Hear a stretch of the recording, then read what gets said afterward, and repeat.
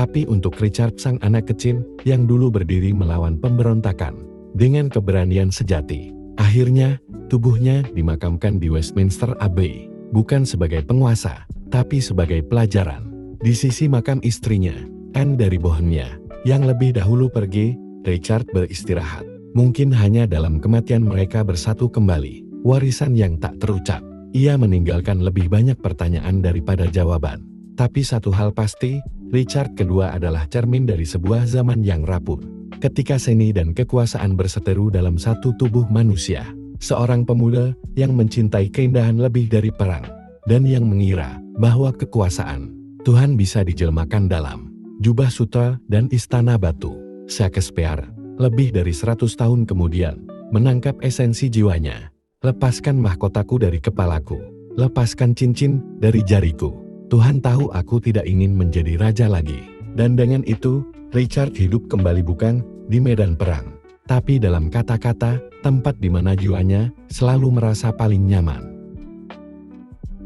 Mereka memanggilku lemah karena aku mencintai kedamaian. Padahal, pedang pun bisa tunduk pada kata-kata. Aku dilahirkan untuk dimuliakan, tapi dilupakan seperti puisi yang tak selesai. Keadilan tak selalu bersuara lantang.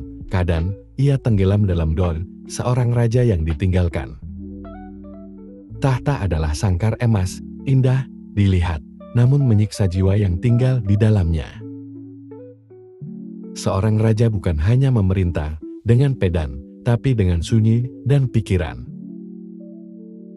Jika sejarah menuliskan akhir Kudot sebagai tragedi, biarlah itu karena aku memilih menjadi manusia, bukan monster.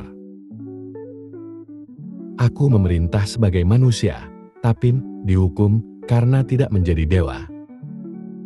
Aku berdiri melawan badai saat usiaku masih belasan, lalu tumbang saat dewasa oleh tangan yang dulu kucintai.